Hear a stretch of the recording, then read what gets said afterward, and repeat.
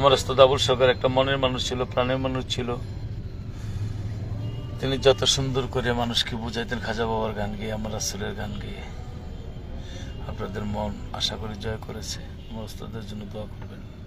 রাসূলের নামের নাত যতদিন মানুষের কণ্ঠে থাকবে, আমি মনে করব আমার দাদু ভাইজান আবুল সরকার সাহেব তার রওজার মধ্যে এটার সদকা মৃত্যুর আগ পর্যন্ত জারি হইতে থাকবে।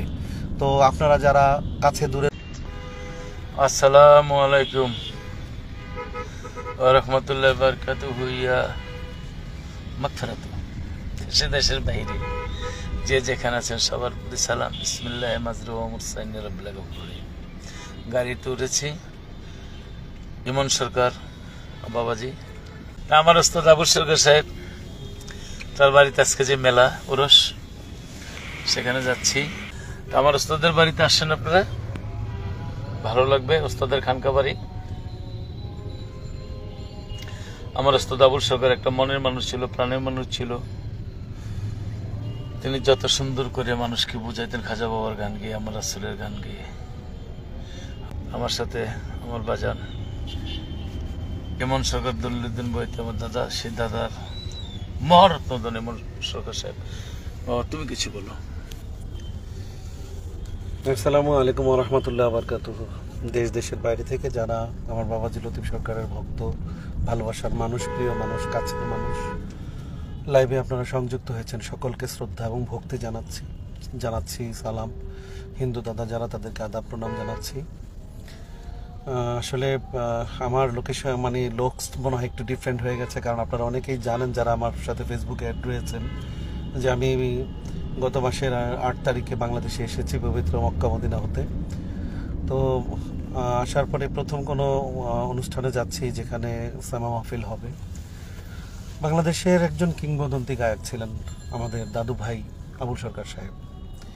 বাংলার বাউল গানে যখন অনেকটা মরিচিকা ধরে গিয়েছিল, ঠিক সেই সময় নতুন নতুন সুরে বিভিন্ন অলিয়া উলিয়ার জীবনী নিয়ে এমনভাবে বাংলার বাউল গানের জগৎকে আলোকিত করে আবার সেই বাউল গানকে মাঠে এমনভাবে মাতিয়ে তুললেন। আসলে আবুল সরকার সাহেব বড় যিনি ফতুল্লাহ, তার গুণের কথা মিনিমাম আমার 1 ঘন্টা লাগবে আমি যদি বলতে থাকি।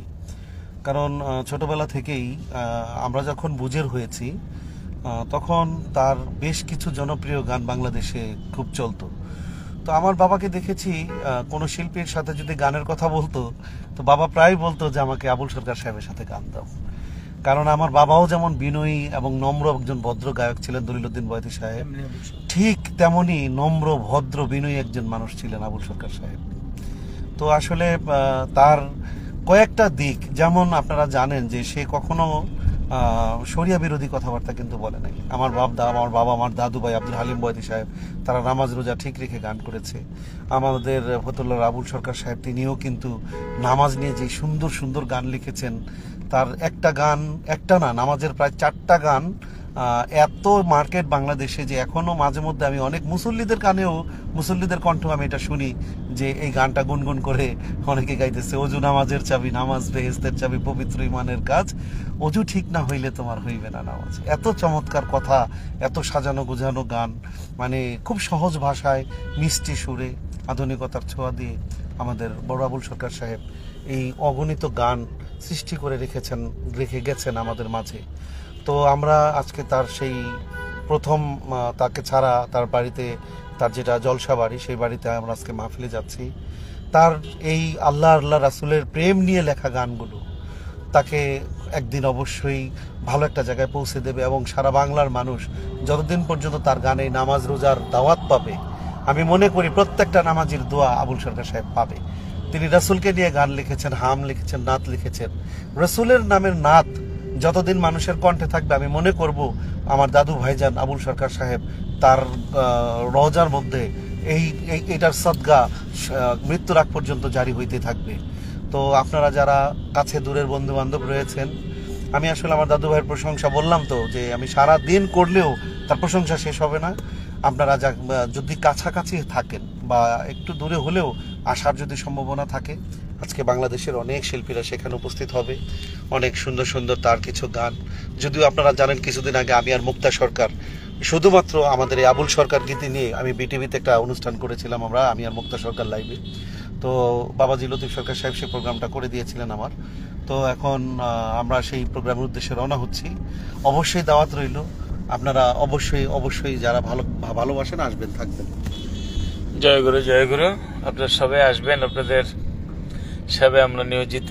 আমার উস্তাদ আবুল সরকার এবং যাদেরকে হারিয়েছি, দাদা দলিলুদ্দিন সাহেব, খালেকদ্দিন সাহেব, মালেকদ্দিন সাহেব, রজ্জুদ্দিন সাহেব, হাজি শাহাবুদ্দিন সাহেব, আলাউদ্দিন বৈতি সাহেব, অনেক যাদের মহরতীদেরকে আমরা হারিয়ে ফেলেছি, তাদের আত্মার রুহের মাগফিরাত কামনা করে আপনারা সবাই আসবেন। সবার প্রতি সালাম, আসসালামু আলাইকুম। জয় গুরু, জয় গুরু, জয় গুরু।